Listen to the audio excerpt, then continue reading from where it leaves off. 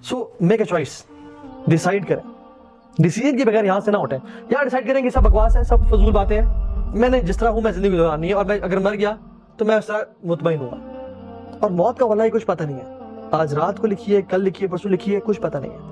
क्योंकि मेरा एक क्लास थी, हलका था, मैं जीना ही लेता था। मैं जब अगले दिन की तो एक माँ रोती भी आई, मुझे पर्ची दी उन्होंने, तो उस पर्ची में लिखा था, बेटा आपकी पिछली क्लास में मेरा बेटा मौजूद था, उसने कोई लेक्चर सुना था, लेकिन वो इस क्लास में, वो इस दुनिया में नहीं है, वो मर चुका है। वल्लाही हमें से कौन शख्स है जो आज जिंदा है और अगली क्लास में हमसे जिंदा ना हो? हमें कुछ गारंटी है कि हम जब अपने घर को छोड़ के आए हमने कभी वापस भी जाने? वो जो शख्स थे जिनको हमने कल दफनाया, उनको पता था कि मैं जो अभी घर में दाखिल हो रहा हूं, मैं इसके बाद यहां से जिंदा कभी बाहर नहीं जाऊंगा, मेरी मैयत निकलेगी यहां से। कभी इल्म था उनको? अगर इल्म होता तो बंदा पहले ही अपना माल सजा कर देता। किसी को इल्म नहीं है इस बात का, किसी को नॉलेज नहीं है इस बात का। मौत अचानक से आती है और उलमा कहते हैं people are sleeping, they will wake up and they will die. इंसान अंधों की तरह सो रहा है और जब मौत आएगी ना तब उसको होश आएगा, ओ तेरी खैर मैंने क्या कर दिया। कितने दोस्त हैं मेरे जो मैं जानता हूँ, और आप लोग जानते होंगे लोगों को जो मर चुके हैं जिंदगी, और जब जैसी मौत आ गई ना फिर इम्तिहान खत्म।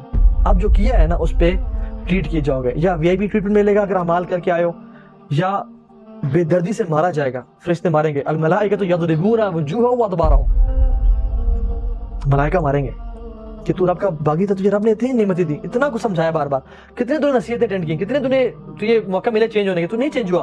तूने कहता चलो कल कुछ दिन बाद, कुछ टाइम बाद, वो टाइम कभी नहीं आया, अब तू कब्र में आ गया। आज जो कब्रों में लोग हैं ना, वो एक दिन कहते थे कि हम कल से नमाज शुरू करेंगे। ऐसे लोगों से मत बने जो कहते हैं हम कल से शुरू करें। आज से इरादा करें और तौबा करें। अल्लाह ताला इतने माफ करने वाले हैं, हदीस में आता है अत्ताइबु मिनज़ ज़ंबि कमन ला ज़ंब लह, गुनाह से तौबा करने वाला ऐसे ही है जैसे इसने कभी गुनाह किया ही नहीं था। साहबा से पूछा कि ऐ साहबा बताएं सबसे कुरान की अजीम आयत कौन सी है? उन्होंने कहा आयतुल कुर्सी।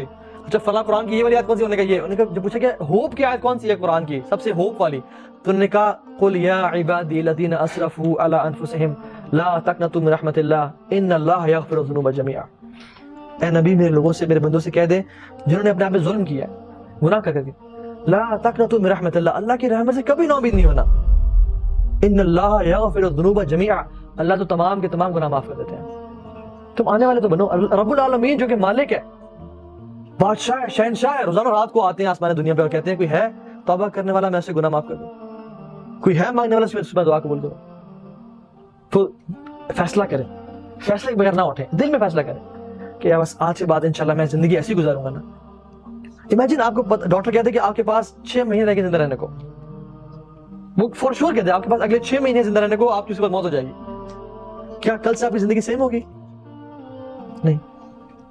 एक डॉक्टर की बात तो हम मान के जिंदगी चेंज कर देते हैं, लेकिन रब कहता है कुल्लु नफ्सिन ज़ाइक़तुल मौत, तुम्हें मौत आने वाली है, तैयारी कर लो। हम कहते हैं नहीं, आपकी बात पे यकीन नहीं है।